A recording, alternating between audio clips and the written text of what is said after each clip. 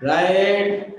तो एक बार और सुन लीजिए, क्या पढ़ रहे हैं आज हम लोग? क्या पढ़ रहे हैं? फोर्स, डायनामिक्स पढ़ रहे हैं। ठीक है, force is the cause of motion, right ना? ठीक है, force is the cause of motion. Okay. और मैंने आपको क्या बोला था, यदि कोई बोले फोर्स क्या है तो आप क्या बोलोगे? मास, M into A, right? Inside this chapter, we should learn these points. ठीक है, फोर्स का definition, linear momentum, momentum, impulse, impulse of force, Newton's law of motion short में। ठीक है, क्योंकि 9th क्लास में आपने इसको पढ़ा है। Okay. Different forms of force, it is very very very very important. ठीक है, और उसके बाद free body diagram, FBD 6 number, FBD free body diagram. ठीक है, फ्री बॉडी डायग्राम, राइट। और फिर यहीं पर निपटाएंगे 7 नंबर। अब फिक्शन इसी में आ जाएगा, डिफरेंट फॉर्म ऑफ फोर्स में फिक्शन आ जाएगा। ठीक है, फिर भी यहाँ पर एक छोटा सा पॉइंट ले लेंगे। ठीक है, फ्रिक्शन, राइट। ओके, तो आ जाइए जरा। ठीक है, अब हम लोग फोर्स के बारे में चलते हैं। किसके बारे में? फोर्स के बारे में।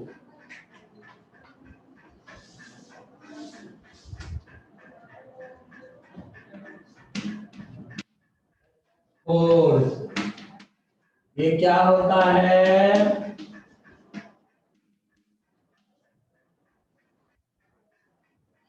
फोर्स क्या होता है भाई?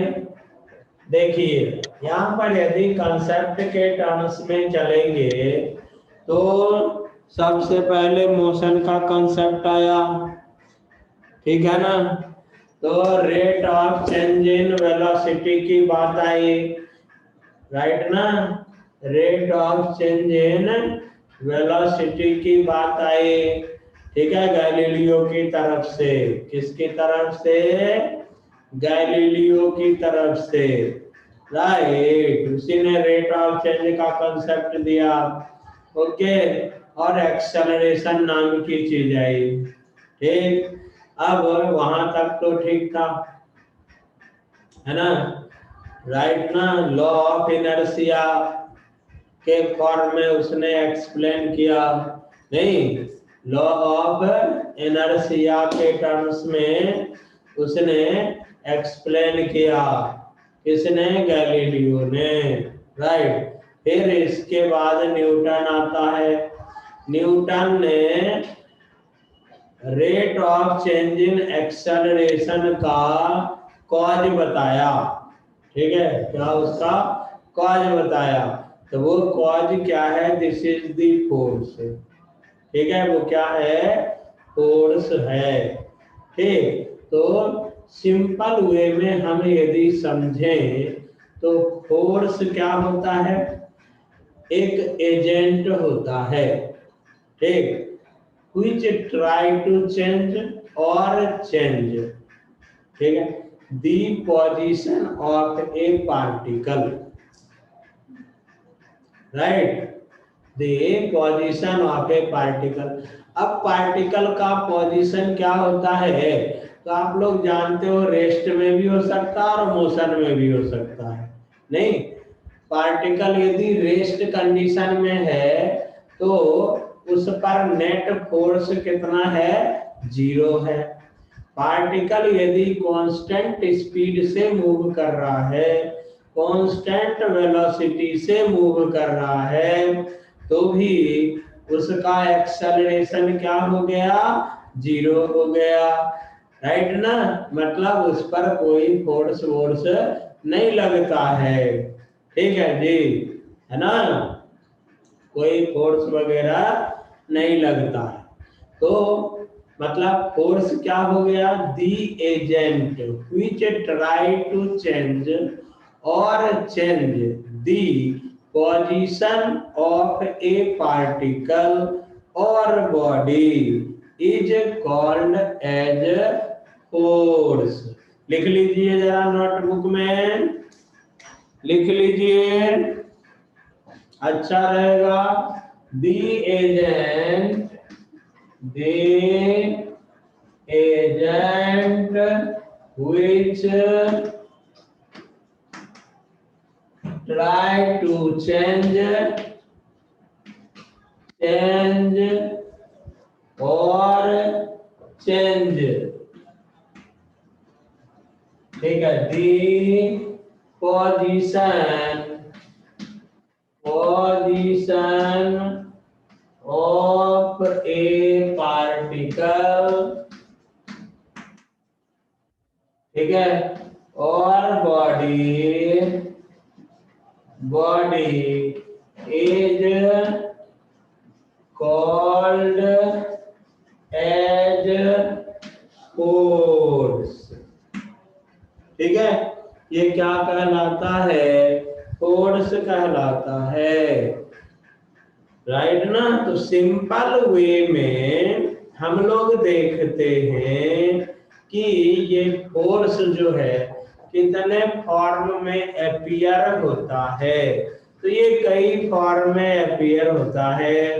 ठीक है, हम किसी को अपनी तरफ खींचते हैं, ठीक है, अपनी तरफ उसको पुल करते हैं, है ना, या किसी चीज को अपनी तरफ आने से रोकते हैं, है ना, ठीक है, तो पुश करते हैं, अपने से दूर की तरफ ले जाना चाहते हैं, ठीक है, तो वो क्या हो गया, पुशिंग हो गया।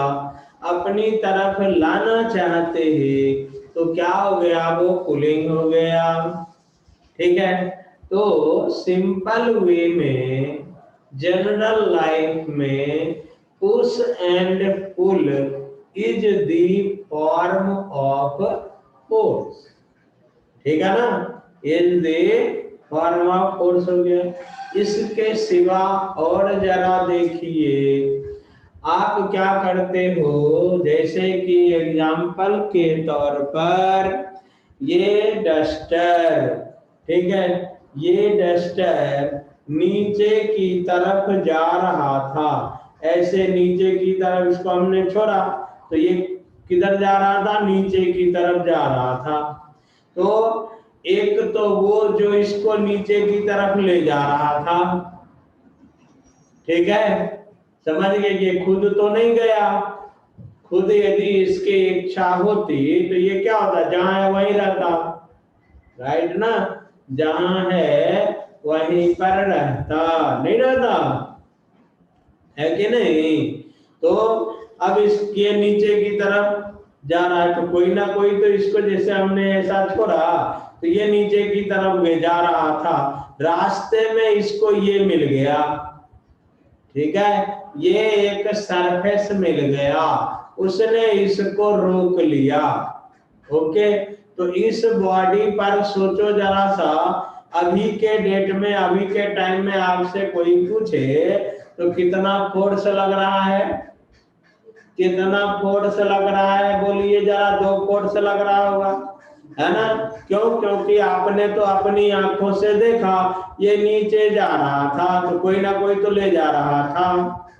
ठीक है, तो एक नीचे ले जाने वाला, ठीक है, और दूसरा ये बीच में रास्ते में आकर के इसको रोक लिया तो रोकने वाला।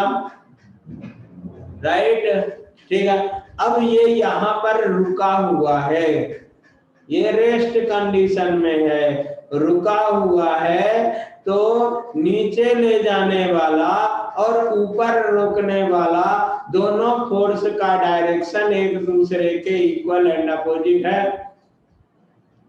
ठीक है, तो वो नेट फोर्स इस पर 0 है, लेकिन अपन ये तो नहीं कह सकते ना कि फोर्स 0 है। फोर्स तो 2 लग रहा है, अपन ने अपनी आंखों से देखा।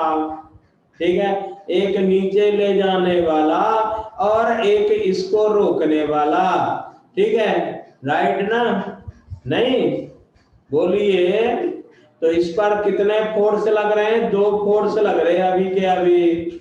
एक नीचे ले जाने वाला, उसको जैसे आप लोग क्या कहेंगे, ग्रेविटेशनल फोर्स कहेंगे, प्यार से उसको वेट नाम दे देते हैं, नहीं। और एक ऊपर की तरफ लगता है, ये इसने जो फोर्स लगाया ना इस सरफेस ने, ठीक है, ये लगाया तो क्या लगाया? नॉर्मल लगाया, रोकने के लिए लगाया, वेट के अपोजिट लगाया, ग्रेविटेशनल फोर्स के अपोजिट लगाया। राइट ना? ओके जी, ठीक है, समझ में आया? तो फोर्स। अब जरा चलते हैं हम लोग। तो फोर्स क्या करता है? मूविंग ऑब्जेक्ट के स्पीड को बढ़ा सकता है, राइट, उसके डायरेक्शन को चेंज कर सकता है, राइट ना? ओके, और उसको रोक भी सकता है।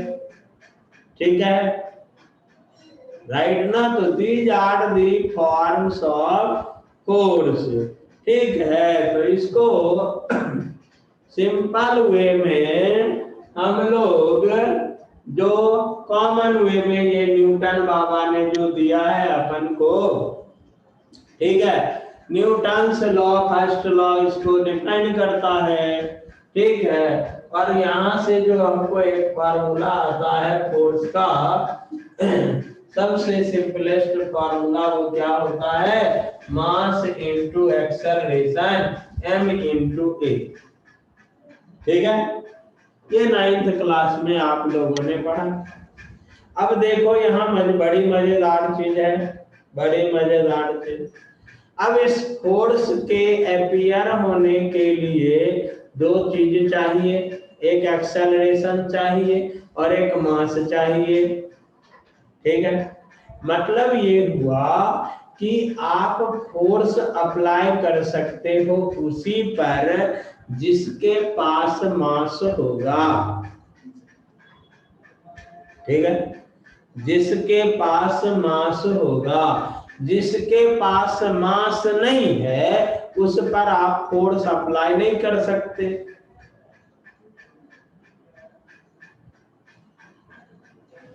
ठीक है ना? उस पर आप फोर्स अप्लाई नहीं कर सकते हैं, राइट ना? फोर्स अप्लाई करने के लिए मास का होना जरूरी है, राइट ना? मास का होना जरूरी है। अब आपसे कहा जाए कि फोटोन पर फोर्स अप्लाई कर सकते हो, तो नहीं कर सकते फोटोन पर फोर्स अप्लाई। क्यों नहीं कर सकते? क्योंकि photon is a massless particle. Photon कैसा पार्टिकल है? मासलेस पार्टिकल है, इसीलिए इस पर आप फोर्स अप्लाई नहीं कर सकते। सिंपल सी बात है। ओके, इसका मतलब देखो साइंस ये प्रूफ करता है, ये कुतरे बाबा तावा जो है ना, समझ गए, ये भ्राम भ्रूम करते हैं ना, भूत को बुलाते हैं, सब ठगते हैं साले, बेवकूफ बनाते हैं अपन को। ठीक है, एक नंबर का, दिन में ही बेवकूफ बना देते। क्यों? क्योंकि जिसके पास मास नहीं है, देखना बड़ी मजेदार चीज है। हमारे पूर्वजों ने क्या बोला? अहम ब्रह्मास्मि। ठीक है, आत्मा अमर है, अखंड है, अछेद्य है, अभेद्य है। Do you know? Invisible, indivisible, elastic particle. ठीक है, ओके, तो उसके पास आत्मा के पास मांस नहीं है, और मांस नहीं है तो इमोशन भी नहीं है। अब तुम बोलोगे कि गुलाम सला भैया उसके पास इमोशन नहीं है। जिसके पास मांस नहीं उसके पास चार्ज नहीं। समझ गए? राइट, उसके पास चार्ज नहीं। ओके जी, तो कोलंबियन फोर्स भी बिना मास वाले पर नहीं लगता है। राइट, ठीक है।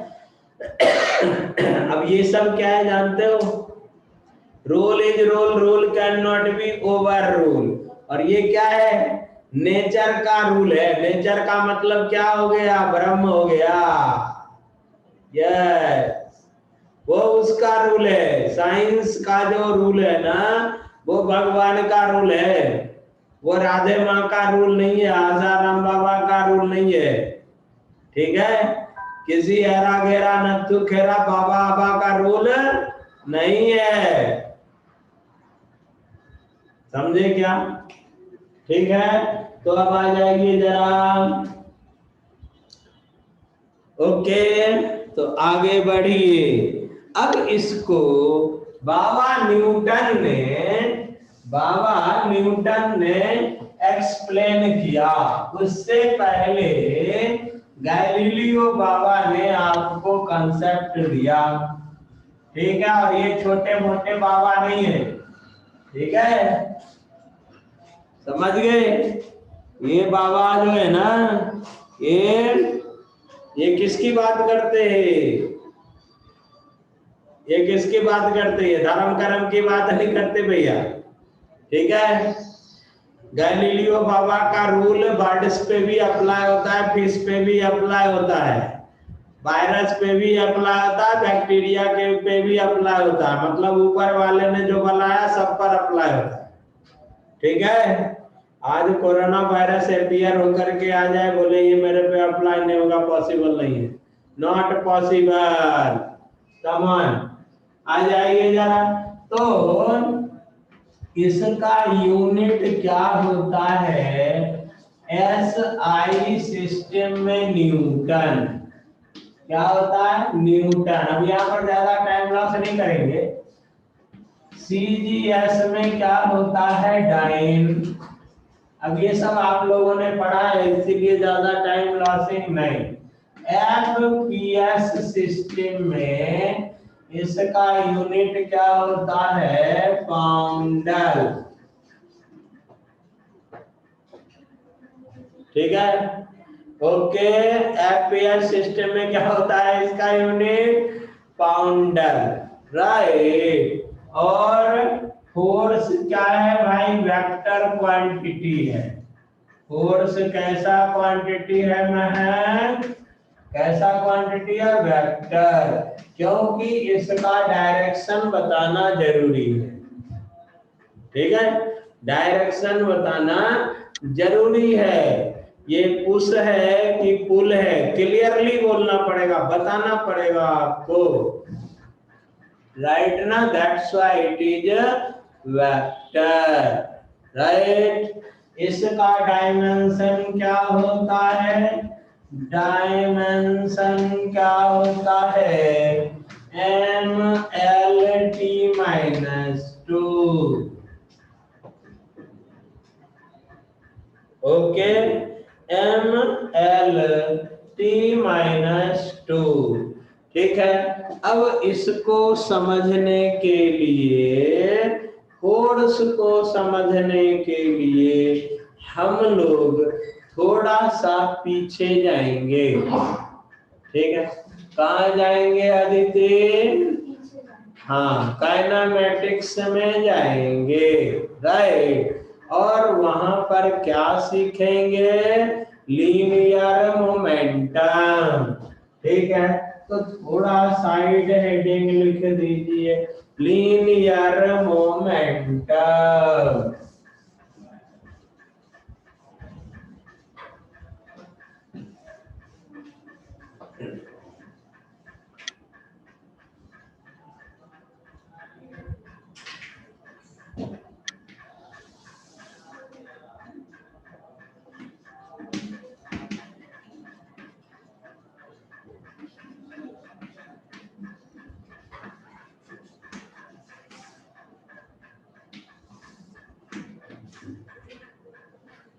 Linear momentum. देखो अब लीनियर मोमेंटम, ठीक है, मोमेंटम। अब ये मोमेंटम क्या होता है, बड़ी मजेदार चीज है। ये क्यों आया, ये नया फिजिकल क्वांटिटी क्यों आया? ये इसीलिए आया क्योंकि आप सोचो जरा सा, यदि एक हाथी है, अभी आपके क्लास में 2 बच्चे हैं, एक रॉयसर है, अब रॉयसर बच्चे नहीं है मान लिया, ठीक है, एक रॉयसर है, श्रेयस फटाले है ना। रॉय सर का मास कितना है पता है? ये मुद्रा अभी आ रही, बाप रे। रॉय सर का मास है 100 kg, ठीक है। और श्रेयस फटाले कितना होगा? ज्यादा से ज्यादा 10 kg। कितने? पर ठीक है, अब देखो सोचो जरा सा, अब 40 kg का एक मास बॉडी और 100 kg का मास बॉडी सेम वेलोसिटी से मूव कर रहा है, सेम वेलोसिटी से मूव कर रहा है, ठीक है। अब श्रेयस फटाले को कुछ नहीं समझ में आ रहा, मेरी तो हालत खराब हो जाएगी, नहीं हो जाएगी? होगी ना। अब श्रेयस फटाले बोलेगा सर मैंने तो आपके बराबर काम किया है, मेरे को तो कुछ नहीं फील हो रहा, आपकी तो हालत खराब है, तो गलत होगी ना यार, होगी कि नहीं होगी? मानसी जल्दी बोल, मेरी हालत क्यों खराब होगी? क्योंकि मैं ज्यादा मास को लेकर के चल रहा था, ठीक है, और श्रेयस फटाले केवल 40 kg को लेके चल रहा था, ठीक है। श्रेयस फटाले के डब्बे का मास कितना? 40 kg। अनुराग सुनाई दे रहा है कि नहीं? रॉय सर के डब्बे का मास कितना? 100 kg, ठीक है। तो दोनों में डिफरेंस है। अब इस डिफरेंस को कौन फिजिकल क्वांटिटी बताएगा? वेलोसिटी तो सेम है, वेलोसिटी तो सेम है, सेम वेलोसिटी से दोनों साथ साथ पवई नाका से लेकर के राजवाड़ा तक गए, बिल्कुल साथ साथ, मतलब velocity same, displacement same, direction same, ठीक है, टाइम इंटरवल सेम, ओके। तो दोनों में क्या डिफरेंस? इस डिफरेंस को समझने के लिए क्या न्यू वर्ड की जरूरत पड़ी? ठीक है, दैट इज कॉल्ड मोमेंटम, ठीक है, समझ गए प्यारे? ओके, तो लीनियर मोमेंटम, ठीक। अब आइए जरा लीनियर मोमेंटम। अब एक ही डायरेक्शन में मोशन है, इसीलिए लीनियर मोमेंटम, राइट, ठीक है। तो देखिए, let a particle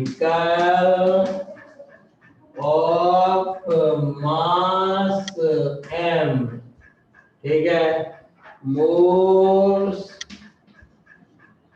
along a straight line with linear velocity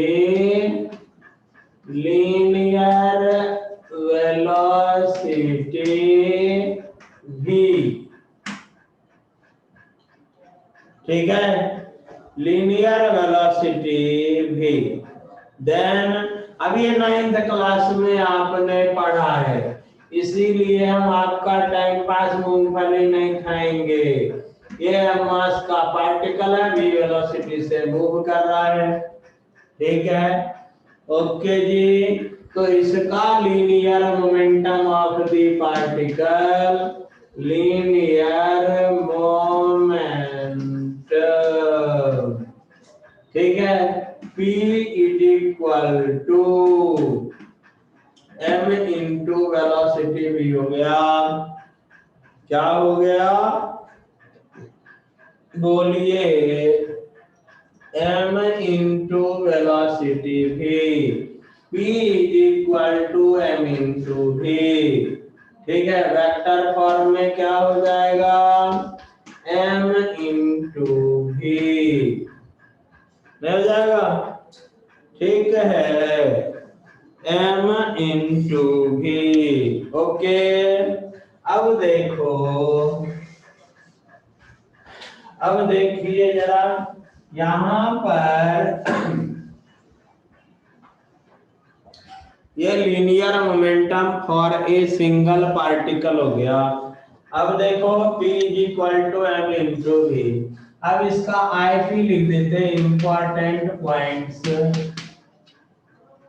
ठीक है, नंबर 1, ये क्या हो गया, कैसा क्वांटिटी है, तो it is vector, it is vector, नहीं it must be vector. Okay, ठीक है। अब देखो इसकी वेलोसिटी, वेलोसिटी का डायरेक्शन और लीनियर मोमेंटम का डायरेक्शन दोनों क्या हो जाएगा, सेम हो जाएगा, दोनों क्या होगा, सेम।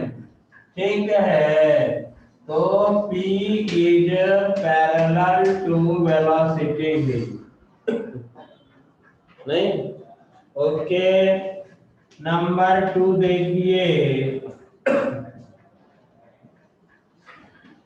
यूनिट वैसे लिखने की जरूरत तो नहीं है, फिर भी KG metre per second.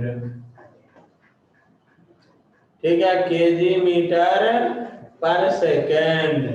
Number 3, relation, relation between linear momentum P and kinetic energy, kinetic energy.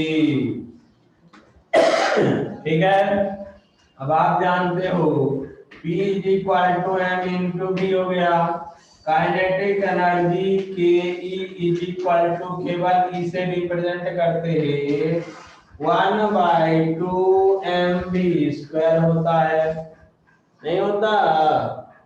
Okay, तो here kinetic energy and linear momentum के बीच रिलेशन क्या हो गया, क्या हो गया मयंक,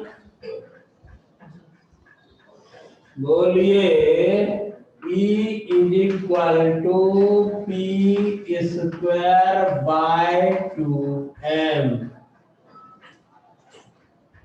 ठीक है, E is equal to P²/2m, right ना। अब देखिए यहां पर A is equal to P²/2m, right ना। तो यहाँ पर P is equal to, kinetic energy के टर्म में लिखेंगे तो 2m इंटू ई हो गया। ठीक है, काइनेटिक एनर्जी के टर्म्स में क्या हो गया, P is equal to 2m into kinetic energy का अंडर रूट, है ना। ठीक है जी, ओके। अब इस पर बेस्ड न्यूमेरिकल होते हैं, ठीक है, राइट। अब देखो जरा सा, अब देखिए जरा, ठीक है, एक न्यूमेरिकल बना लीजिए, अच्छा लगेगा।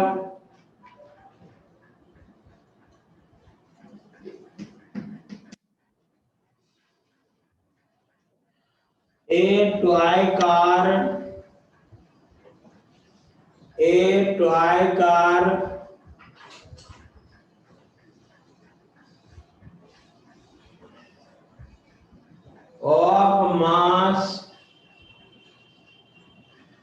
500 ग्राम 500 ग्राम moved along a straight line moved along a straight line with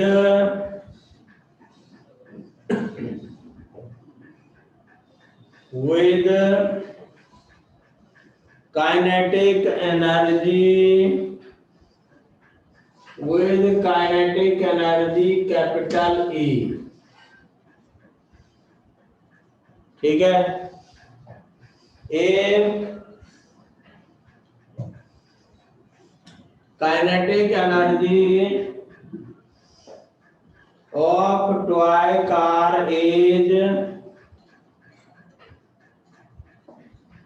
changed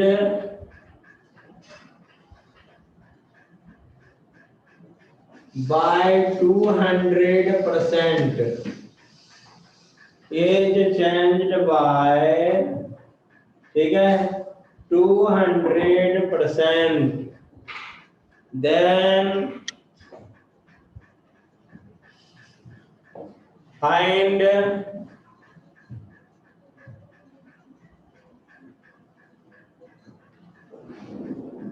percentage change in linear momentum, then find percentage change in linear momentum of toy car।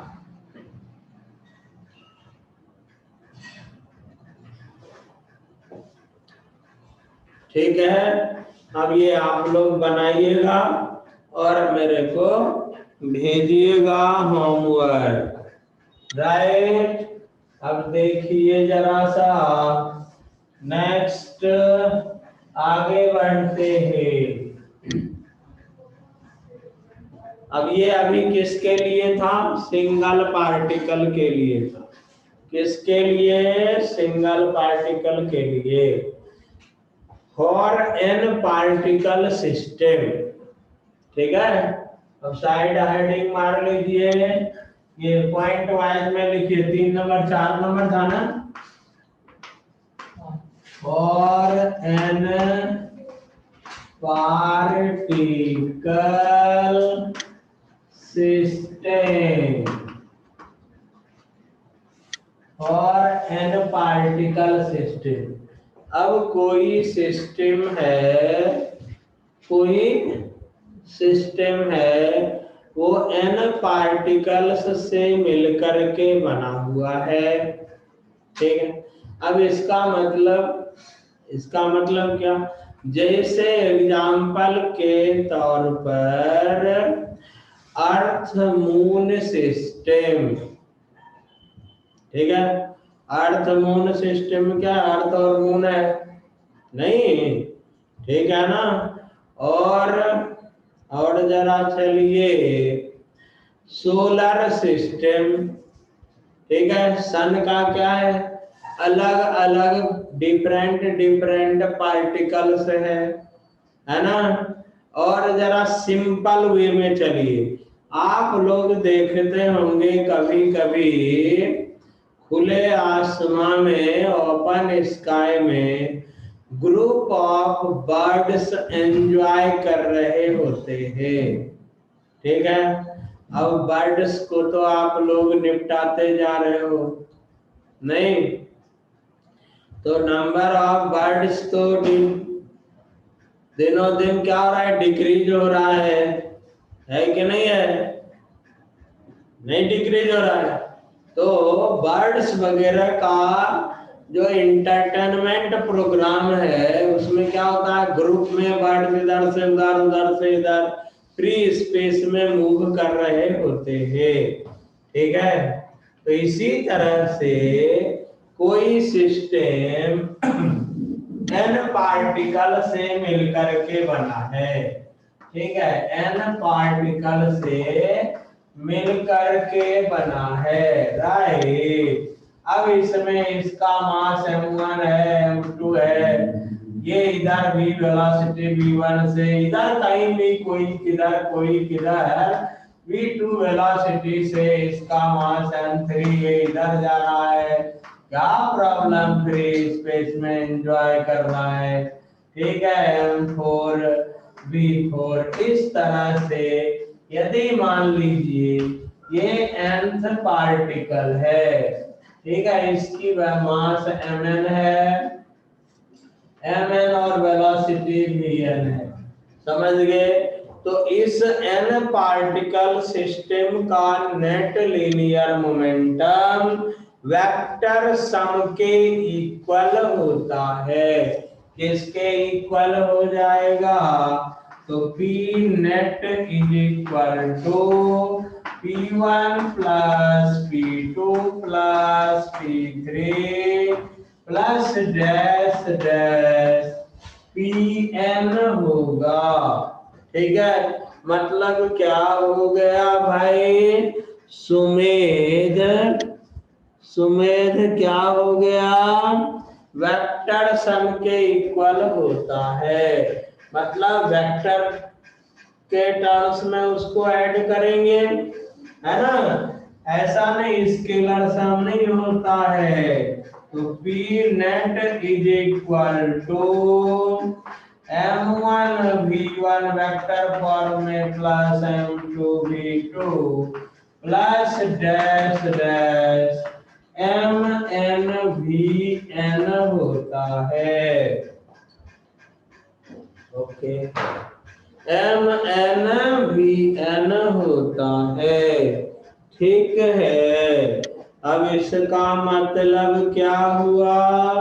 इसका मतलब ये हुआ कि कोई दो चीज, यदि कोई दो पार्टिकल है मिलकर के सिस्टम बना रहा है, तो उसका लीनियर मोमेंटम दोनों के लीनियर मोमेंटम के वेक्टर सम के इक्वल होगा।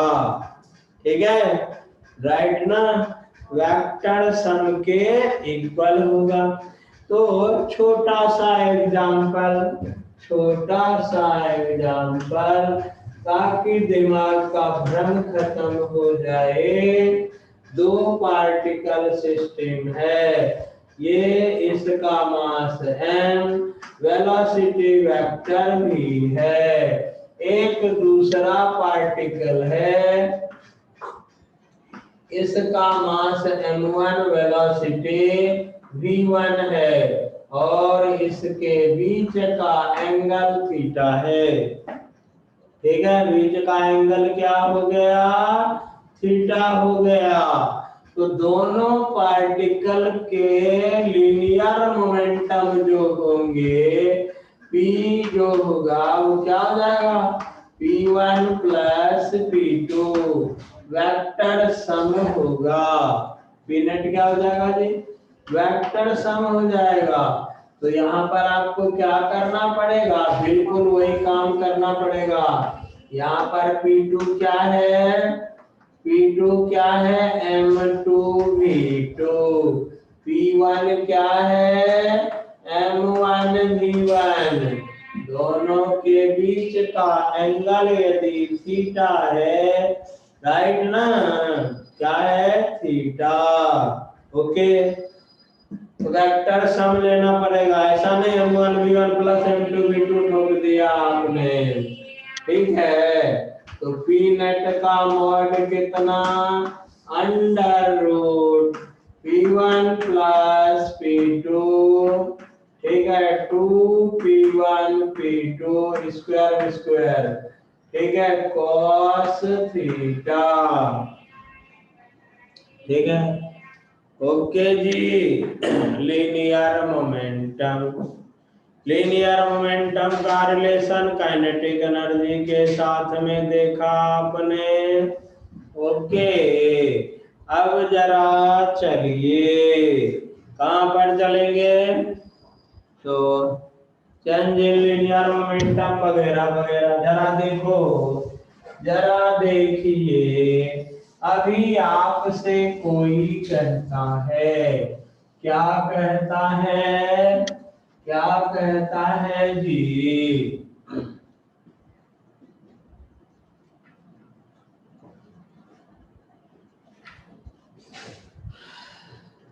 क्या कहता? एक छोटा सा एग्जाम्पल ले लीजिए, एक ही पार्टिकल का एग्जाम्पल लीजिए जरा। राम जी के नाम पर एक पार्टिकल 2 kg का है। कितने केजी का? 2 kg का। और वो इधर की तरफ v is equal to 20 metre per second से एक्स एक्सिस से 60 डिग्री एंगल पर 60 डिग्री पर मूव कर रहा है। ठीक है, तो मेरे पास हो इसका जो लीनियर मोमेंटम होगा वो कैसे लिखेंगे?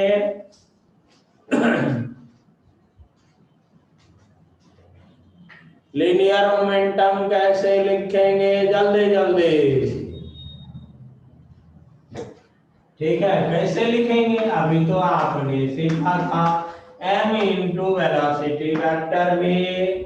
ठीक है, तो p is equal to X axis के along velocity vector V x, y axis के along velocity vector V y। ठीक है, तो इसका इधर की तरफ कंपोनेंट क्या हो जाएगा?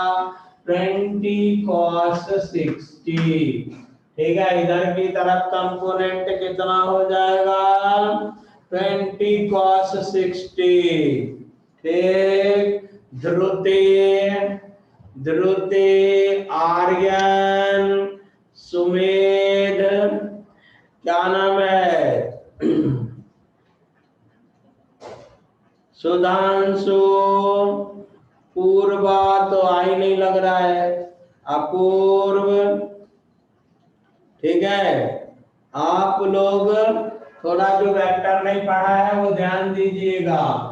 इधर की तरफ कंपोनेंट 20 cos है, इधर की तरफ component vy is equal to 20 sin 60। ठीक है, ओके। तो यहाँ पर क्या हो जाएगा? 2 into V X unit vector I plus V Y unit vector J. Linear momentum p is equal to 2 V X unit vector I plus 2 V Y unit vector J. V X V Y का value रख दीजिए। ठीक है, तो देखो यहाँ cos 60 कितना होता है? 1/2। तो 20 इंटू 1/2 इज इक्वल टू 10 हो जाएगा। और साइन 60 √3/2 होता है, तो 20 into √3/2 is equal to 10√3। Okay, 10√3 हो जाएगा। ठीक है, अब मेरे प्यारे बादशाहों, मेरे प्यारे राज दुलारों, put the value of vx that is 10i plus 2 into 10√3 unit vector j. So p is equal to 20i है ना प्लस 20√3 यूनिट वेक्टर j। ठीक है, ये क्या हो गया? लीनियर मोमेंटम इन वेक्टर फॉर्म। ठीक है, ओके, लीनियर मोमेंटम इन वेक्टर फॉर्म हो गया। ठीक है, तो आज की मुलाकात बस इतनी। ओके, संध्या काली हम लोग आज नहीं पढ़ेंगे, कल जरूर पढ़ेंगे ट्यूसडे को। ठीक है, ओके, तो जय हिंद।